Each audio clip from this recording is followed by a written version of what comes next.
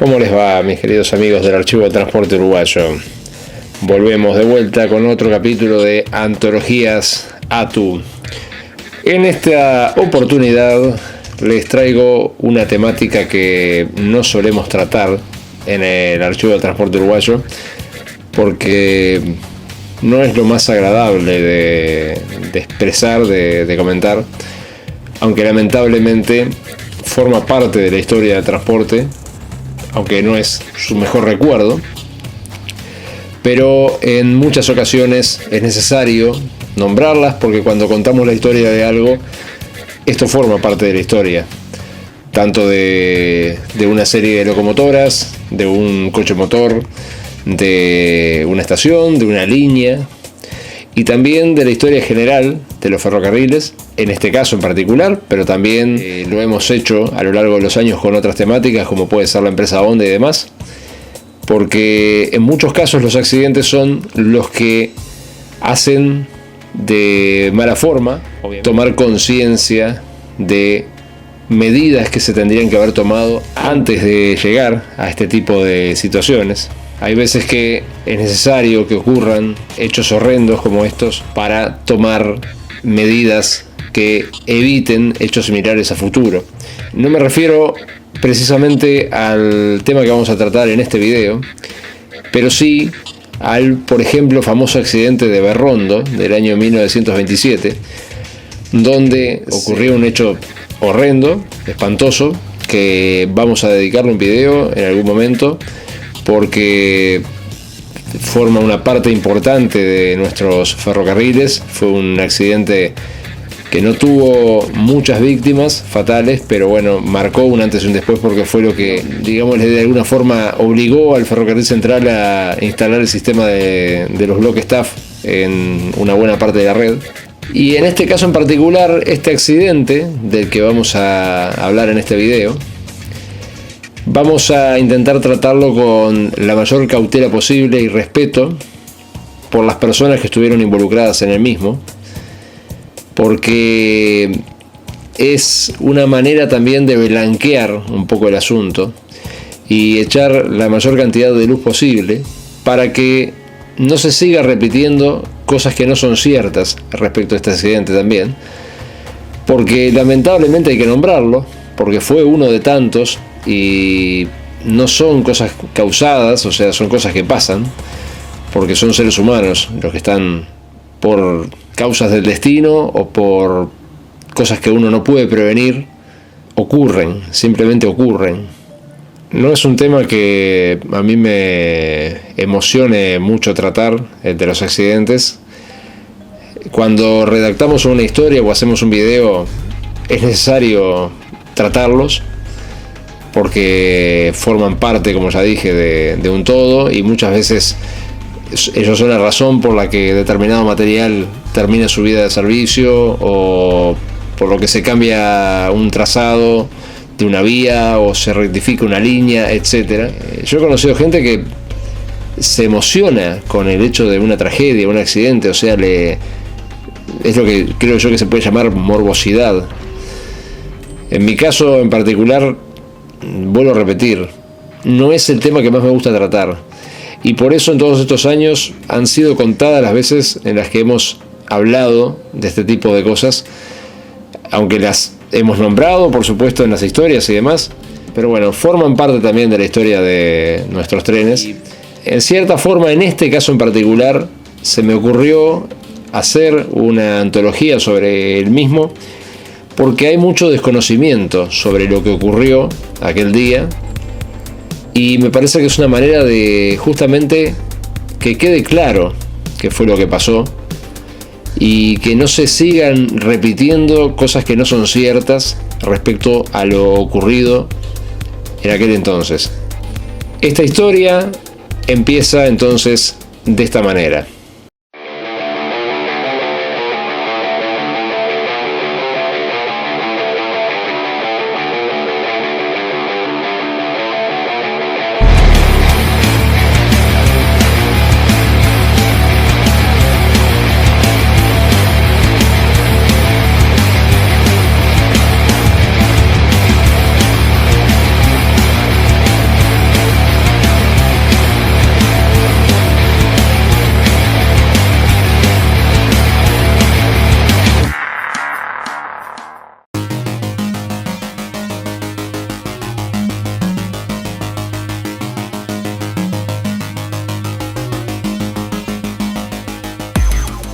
Era la mañana del día 31 de diciembre de 1984. Sobre la línea Rivera se encontraba circulando el tren número 1329, que se dirigía desde Paso de los Toros con dirección a Rivera. El mismo estaba compuesto por la locomotora número 1539, una General Electric serie 1500, que todavía existe. Los vagones cubiertos número 7842, 7803 y 8568. Y estos iban seguidos de dos salones de pasajeros. El primero de ellos era un salón Fiat, construido en Argentina, y el segundo de ellos era el Salón Alan número 428, que había sido construido en Holanda y que ya hace unos cuantos añitos estaba acá en el país. Quiere decir que se trataba de un tren mixto, porque estaba llevando carga y estaba llevando pasajeros también. No era que iban a remolque solamente los salones de pasajeros, y eso es lo que genera aún más polémica respecto a este accidente. En el caso del personal que iba involucrado, que iba conduciendo la locomotora, estaba el maquinista, que se llamaba José Silva, alias Pelo Quieto, y Oscar Mazuco, que iba de foguista o ayudante de conducción, mientras que en el Alan 428 iba el inspector de locomotoras llamado Luis Cristino, que por lo que pudimos averiguar no iba en servicio. O sea, él era inspector de locomotoras, pero no iba efectuando servicio, no estaba trabajando en ese entonces, simplemente se estaba desplazando en el tren. El viaje transcurría normal hasta que el tren se aproximó al puente del arroyo Carpintería, que se encontraba en el kilómetro 473 de la línea a Rivera. Al llegar al puente, ocurre un descarrilo en uno de los vagones de carga, y esto causa que el resto de los vagones que iban atrás de él descarrilaran también, pero con tanta mala suerte de que el descarrilo ocurrió arriba del puente. Y esto lo que ocasionó fue que el puente se cayera. Cuando el puente se cae, se lleva consigo a los 3 vagones de carga y a uno de los salones de pasajeros, o sea, el Fiat, el 156. La locomotora 1539 logró pasar el puente, quedó del otro lado del puente, si no hubiera sido un desastre si la máquina se hubiera caído. Y el salón Alan, que venía a la cola del tren, tuvo la suerte de que, si bien se dio un golpe tremendo contra el Fiat, destrozándolo bastante al Fiat, y el Alan también se llevó un golpe bastante importante en la cabecera, el Fiat se desengancha del Alan, se cae arriba de los vagones de carga y arriba de los pedazos del puente, y el Alan cae, se le sale un bogie y queda el piso apoyado sobre la cabecera del puente. Quedó balanceándose. No se cayó el Alan de pura casualidad, porque si se hubiera caído el Alan podría haber sido un desastre aquello. Por insólito que esto parezca, no hubo que lamentar ninguna víctima fatal. Sí, más de 30 personas heridas, pero ninguna víctima fatal. Ahora bien, ¿qué fue lo que pasó? Lo que voy a decir ahora es un comentario que muchas veces se dice de forma totalmente grosera y violenta, pero lo voy a aclarar acá para justamente desmentir esta versión. Según comentaban antiguos ferroviarios que estuvieron vinculados a este accidente, explicaba de que el maquinista de la 1539 iba en estado de ebriedad y que llevaba la máquina demasiado rápido. Ahora bien, que la máquina parece que iba pasada de velocidad, al parecer era cierto, sí, porque este señor que era inspector de locomotoras, que iba en este caso de pasajeros, vuelvo a repetir su nombre, Luis Cristino, había comentado él en persona, muchos años luego, de que en alguna que otra ocasión en el viaje le había hablado al maquinista diciéndole que bajara la velocidad de la locomotora porque iba demasiado rápido. Ahora, de que estaba ebrio el maquinista, eso es una acusación grave que no hay pruebas al respecto. Pero además, con lo que voy a contar a continuación, creo que queda más que demostrado de que ahí había algo que no cuajaba del todo.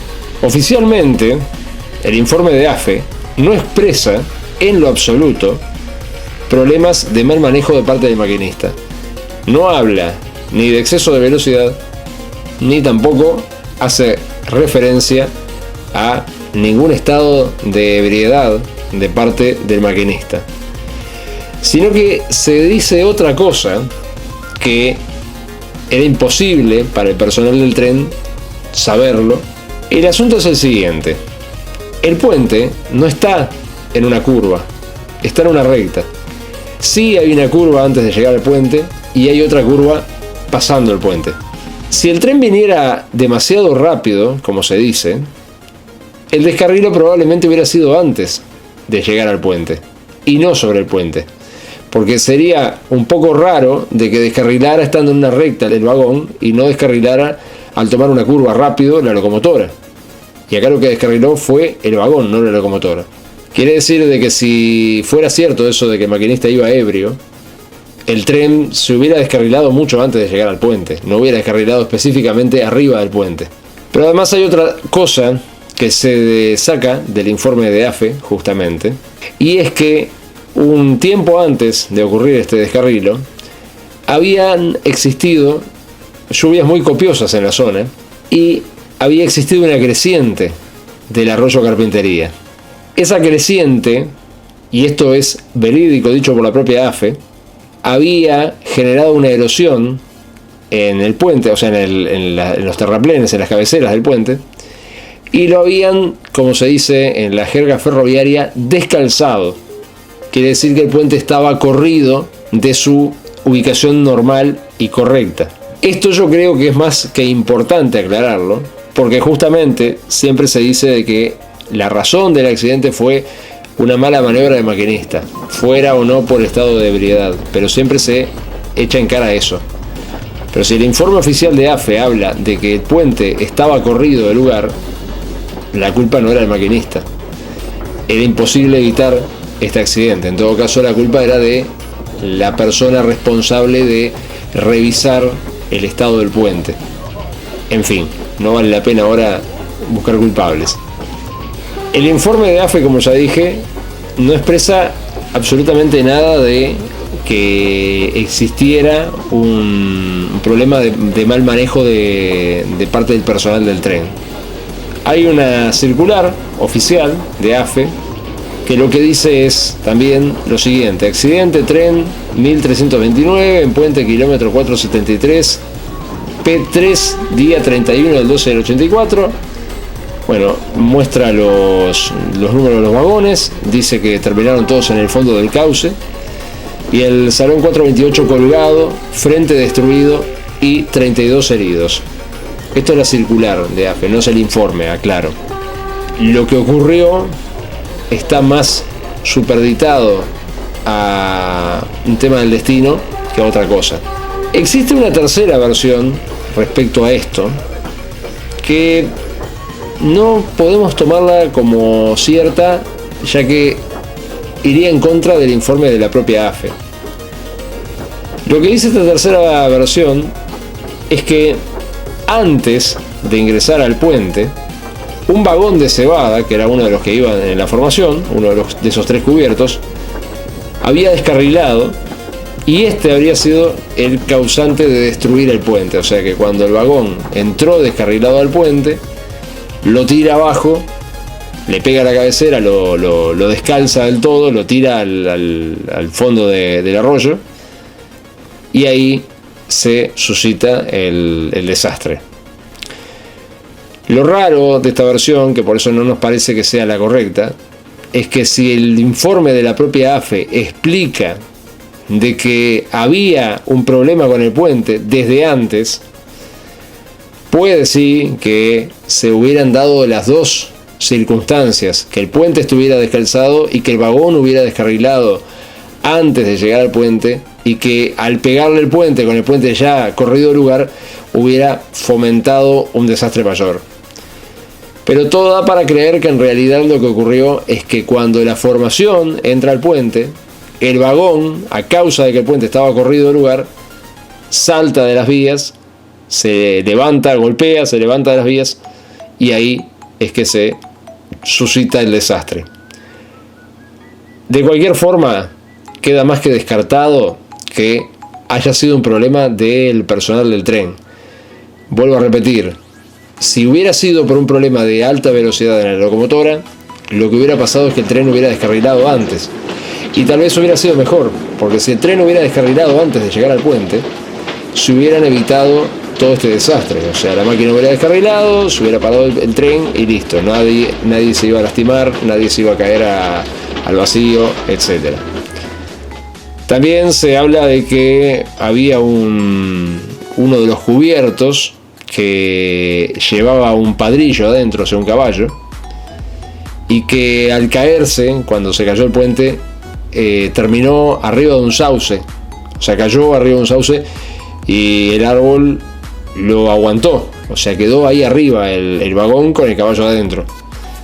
Este accidente se lo recuerda bastante, pero afortunadamente no hubo que lamentar víctimas fatales. De las 32 personas que se lastimaron, no hubo ninguna víctima fatal. Eso en lo que respecta a las personas. Después, en lo que respecta al material rodante, no tenemos forma de averiguar qué ocurrió con los vagones de carga, ni tampoco con el caballo que iba dentro del vagón. No hay nadie que diga si se salvó el animal o no. Pero en el caso de los dos salones de pasajeros, ahí sí tenemos información sobre su destino. El que se llevó la peor parte fue el Fiat, el 156, que cuando el Alan lo golpea, hace que una de las paredes laterales, la que estaba junto a la cabecera, se desprenda del resto de la carrocería. Lo abrió como que fuera un abrelatas, como quien abre la tapa de una lata de arvejas, y le generó toda una torcedura en la carrocería, que el golpe lo que hizo fue apretarlo como que fuera un acordeón, pero no fue o sea, no lo comprimió demasiado. O sea, fue un golpe fuerte, pero bueno, los Fiat eran vagones muy, muy robustos, entonces no le llegó a deformar propiamente dicha la carrocería. Quedó con algunas abolladuras, y es como que ustedes agarraron un mantel y lo empujaron por arriba de la mesa un poco, se van a levantar en algunos tramos, pero no fue un golpe demasiado fuerte. Para lo que fue la caída y todo lo que pasó, era para que quedara destruido. Sin embargo, no quedó tan mal. El techo sí quedó bastante deformado en la punta, o sea, en la cabecera, que fue donde le pegó el Alan, y vaya a saber qué otra cosa le cayó encima también. Y en el caso particular del Alan, él mismo destrozó en parte su plataforma, o sea, el vestíbulo, donde está la cabecera del salón, quedó bastante golpeada. Y al caerse al piso, o sea, cuando el chasis, o el bastidor mejor dicho, golpeó contra la cabecera del puente, le hizo un abollón fuerte en el bastidor. Los dos salones fueron recuperados. El Fiat 156 en este preciso momento creo que no está en servicio, pero prestó servicio hasta hace pocos años. Si no está en servicio hoy en día, quiere decir que se lo reparó y quedó bastante bien, a pesar de que hasta el día de hoy presenta todavía, si uno lo ve detenidamente, se llega a ver la marca del golpe. O sea, la carrocería nunca quedó recta del todo, quedó media como inclinada, y además se notan unas pequeñas abolladuras, no sobre la punta, sino yendo más hacia la mitad, que es producto de esa deformación al golpear la punta, que se saltó el problema por otro lado, ¿no? Y en el caso del Alan, si bien hace muchísimos años que no funciona, está abandonado en la carpintería de Peñarol, no fue por eso que se lo abandonó, o sea, siguió andando unos años más, y después se lo sacó del servicio porque, bueno, por esas políticas de AFE de que eran viejos y demás. Ese fue uno de los que se erradicó del servicio de forma, digámosle, temprana, en comparación a otros que sí tuvieron una vida más prolongada, como por ejemplo el 451 o el 426.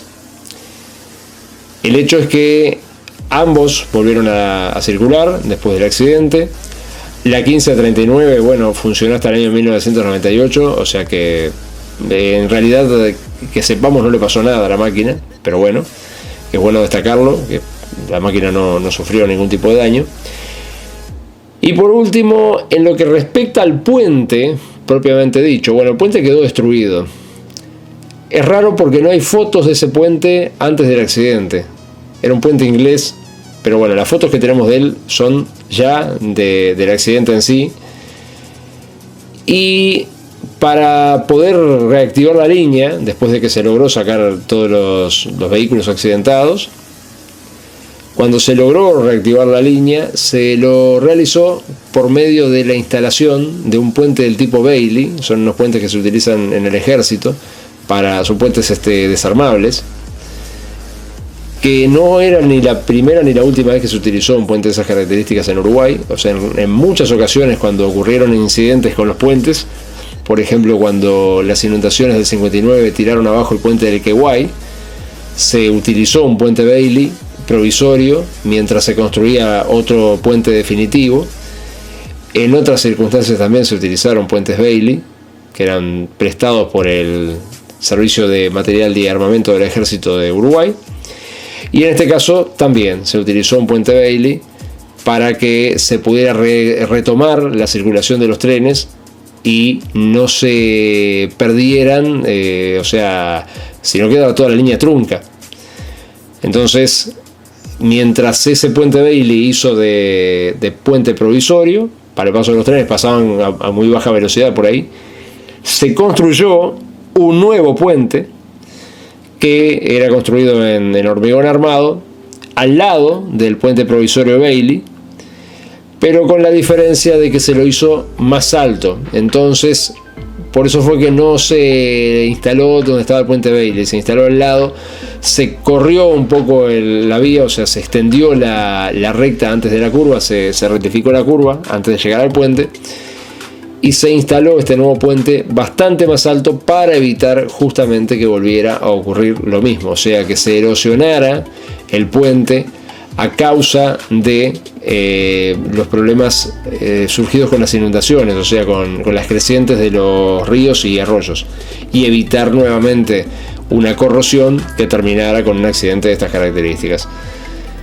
Hay un tema más que me gustaría destacar respecto de este accidente, y es que muchas veces se confunde este accidente con otro que ocurrió al año siguiente, o sea, en el año 1985, que no tenía absolutamente nada que ver con este accidente. Este que yo me refiero ahora en segundo término ocurrió en Villa Guadalupe, en el departamento de Canelones, y por este accidente fue que se decidió retirar del servicio activo a los coches de madera, los coches de pasajeros de madera, a pesar de que no fue instantáneo eso. En muchas líneas siguieron operando. Se los retiró básicamente de los servicios de pasajeros locales, salvo algunas excepciones donde no les quedaba otra que utilizarlos. Pero aclaro esto porque muchas veces se tiende a dar la confusión de que fue por el accidente de carpintería que se decidió retirar del servicio a los coches de pasajeros de madera. Eso no es así. Como aclaré acá, los dos salones de pasajeros que iban en este accidente eran salones metálicos, un Fiat y un Alan. Este accidente no tuvo absolutamente nada que ver con ningún salón de madera, y no tiene absolutamente nada que ver la decisión de retirarlos con este accidente. El accidente que sí tuvo que ver con eso fue el accidente de Villa Guadalupe, que lo trataremos en otro video llegado el caso, o en alguna historia, y ahí fue que se decidió, por lo que ocurrió en ese segundo accidente, erradicar a los salones de pasajeros de madera. Bueno, solo eso tenemos para decir de este accidente de carpintería. Vuelvo a repetir, la idea del video no es rememorar tragedias, no es hacer apología de un desastre, porque ya les digo, no es algo que a mí me agrade demasiado tratar, pero sí es bueno aclarar los tantos para que no se sigan repitiendo cosas como esa tontería que se dice siempre de que el maquinista iba en estado de ebriedad, que con esto que aclaro se nota que no es cierto. O sea, el problema era un problema que no podían detectar los maquinistas. También eso de que el descarrilo ocurrió antes del puente. En el informe de AFE lo que dice es que lo que ocurrió fue que descarriló el tren a causa de que el puente estaba corrido del lugar. Entonces quiere decir que no se puede culpar a los maquinistas de eso. Aunque según tengo entendido fue suspendido el maquinista en este hecho. No sé si fue durante el proceso de investigación de qué era lo que había ocurrido o qué.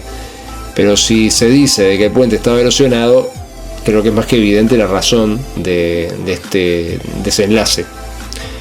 Este es uno de tantos accidentes que han ocurrido por diferentes causas. Y los accidentes ocurren porque hay veces que las cosas se dan así. No es un hecho de culpar a uno o a otro de lo que ocurrió. Afortunadamente este accidente no tuvo ninguna víctima fatal, porque pudo haber sido un desastre verdaderamente, de escala mayúscula, pero bueno, no fue así, afortunadamente.